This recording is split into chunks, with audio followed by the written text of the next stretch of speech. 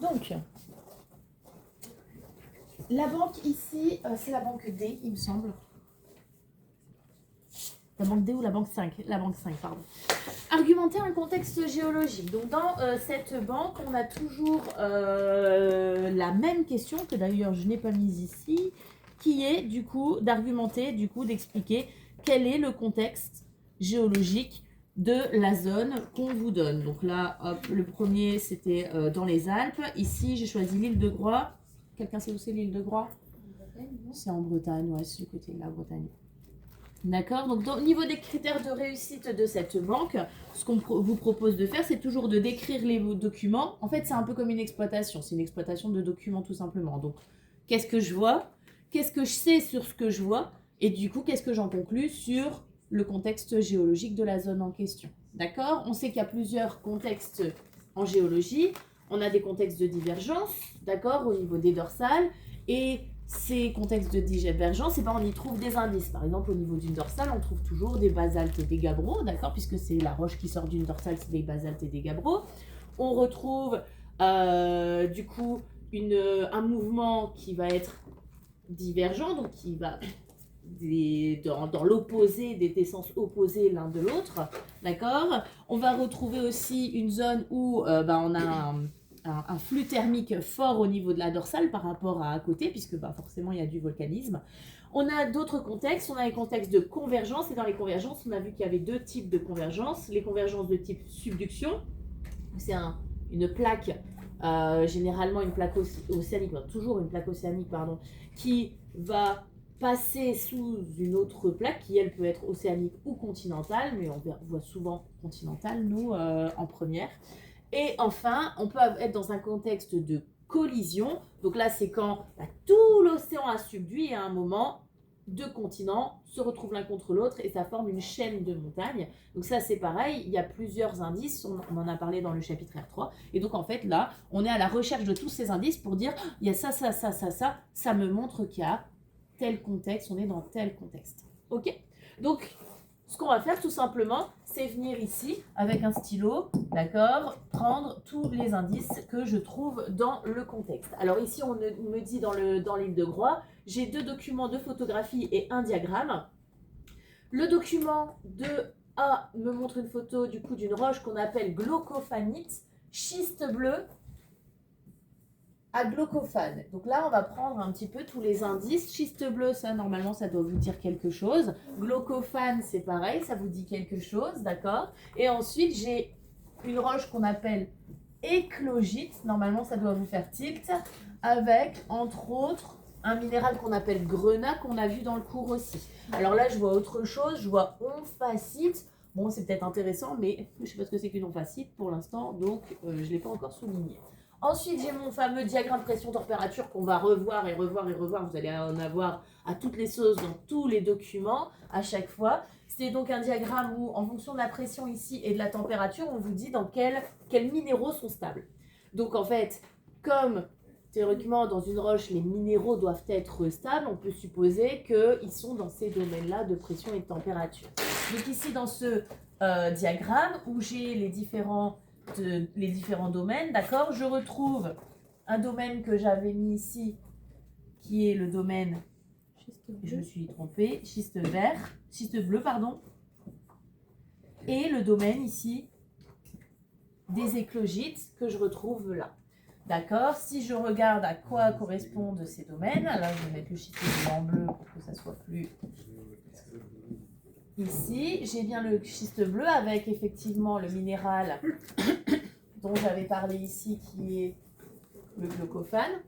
Ok, et je vois qu'en termes de pression et de température, on est plutôt dans des températures relativement basses, d'accord, par rapport à il y a jusque-là, hein, d'accord. Donc évidemment, si je regarde ici, j'ai l'impression que c'est 200 degrés, j'ai l'impression que 200 degrés c'est chaud, d'accord, mais dans le diagramme de pression de température, c'est plutôt une température relativement basse, d'accord.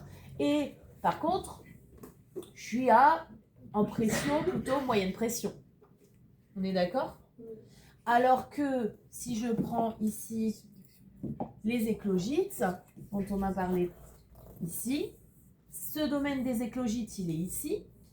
Et je vois qu'il est caractérisé par des grenats et des clinopyroxènes, les fameux clinopyroxènes qui sont là. Je ne les connaissais pas du cours, mais je vois par contre que on me donne dans le document qu'effectivement c'est un minéral qui se forme. Alors ici, on est plutôt à, pareil, toujours des températures relativement basses, mais des pressions plutôt hautes. D'accord? Et ça, basse pression, haute température, métamorphisme, HP, BT, haute pression, basse température, ça doit vous faire penser du coup à un métamorphisme de subduction. C'est en train, là, c'est une plaque qui est en train de subduire, donc de s'enfoncer dans le manteau asténosphérique qui est en dessous. Donc, ça augmente en pression parce que comme elle s'enfonce, forcément, il y a de plus en plus de choses au-dessus d'elle. Mais par contre, cette plaque, elle est froide. Pourquoi est-ce qu'elle est froide? Parce que je vous rappelle que la lithosphère, c'est rigide, c'est solide, rigide. Or, dans un milieu solide, rigide, chapitre R1, comment est-ce qu'on transfère la chaleur? Par conduction. Or, la conduction, c'est un transfert de chaleur plutôt pas très efficace. Donc finalement, cette plaque, elle va rester froide pendant longtemps. D'accord? Pourquoi? Parce que elle se réchauffe, hein, mais c'est tellement inefficace le transfert de chaleur qu'elle se réchauffe tellement lentement qu'on reste à basse température pendant très longtemps. Ça va? Donc du coup, hop, là, une fois qu'on a trouvé, je pense qu'on a à peu près, je vois pas d'autres indices. Est-ce que quelqu'un en voit d'autres? Là, on reparle de glaucophane, mais ça ne nous apporte pas plus d'informations. Ah si, peut-être là, du coup, là, les clinopyroxènes, j'avais pas lu ça. Les clinopyroxènes sont composés de jadéite. Ça, normalement, jadéite, grenasse, et on se souvient que c'est dans les éclogites, ça, on l'a du cours. Ok. Et puis, du coup, on le retrouve ici. Mais à part ça, je vois pas d'autres éléments. Donc, on y va, on rédige. Du coup, je vois que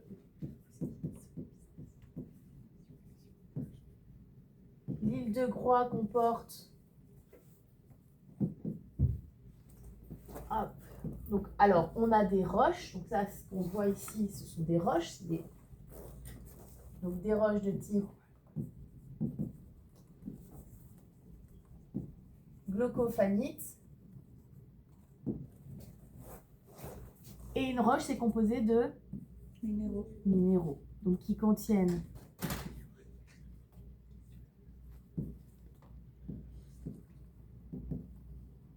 des minéraux de type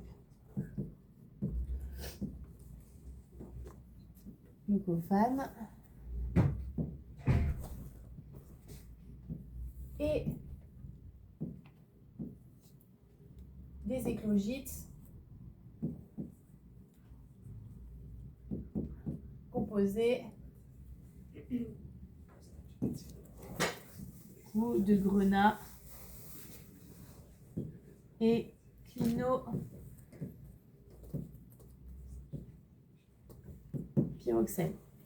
Ça va? D'après le diagramme,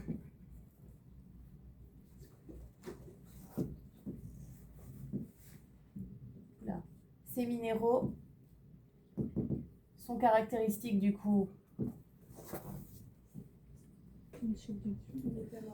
Voilà, alors je vais, avant de dire subduction, je vais d'abord dire haute pression, basse température, pour ensuite arriver à la conclusion que c'est une subduction effectivement.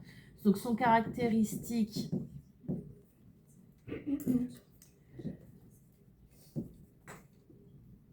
des domaines de haute pression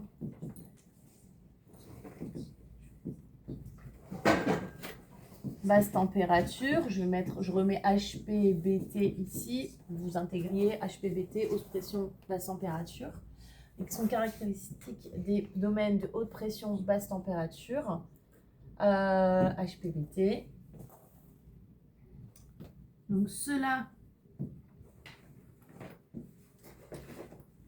nous amène à un contexte, et là on va du coup amener cette idée de subduction de points, et on va le justifier du coup. Une plaque de lithosphère rigide une plaque. Je mets litho pour lithosphérique. Rigide, du coup, plonge dans... Du coup, elle plonge dans quoi? Dans le manteau asténosphérique. tout à fait, le manteau asténosphérique.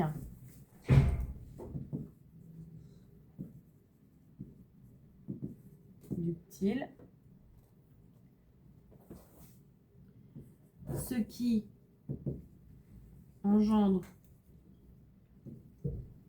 une augmentation, je mets augmentation de pression comme ceci, d'accord? Une augmentation de pression. Cependant, la température reste basse.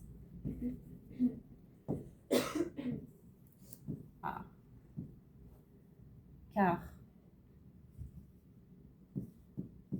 la lithosphère étant rigide,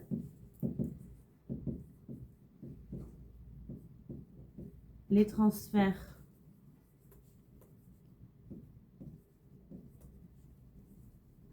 de chaleur se font par conduction et c'est pas efficace, tout à fait. Par conduction, ce qui est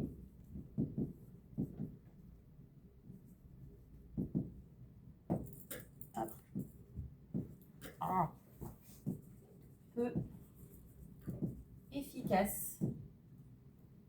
Ça va?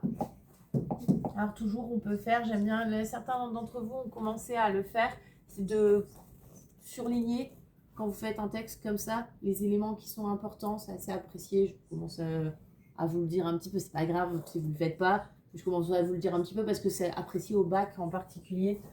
Donc là par exemple glaucophanite, glaucophane, éclogite, grenat, pyroxène, d'accord. Ensuite, vous avez repéré HPBT. Ensuite, on en a supposé une subduction, d'accord. Et voilà, c'est bien. C'est les éléments les plus importants, d'accord. C'est les éléments qui font que là, vous avez une brique en athéro, entre autres, vous voyez. Et après, si je vois que vous avez ces éléments-là, après, je lis bien la copie pour voir si tout a été bien compris, qu'il n'y a pas d'erreur, pas de petits oublis. Et là, vous avez deux briques s'il n'y a vraiment aucune erreur. Mais si vous avez ces notions-là, bah, si vous avez compris finalement le contexte et pourquoi c'est ce contexte. Ça roule les loulous ?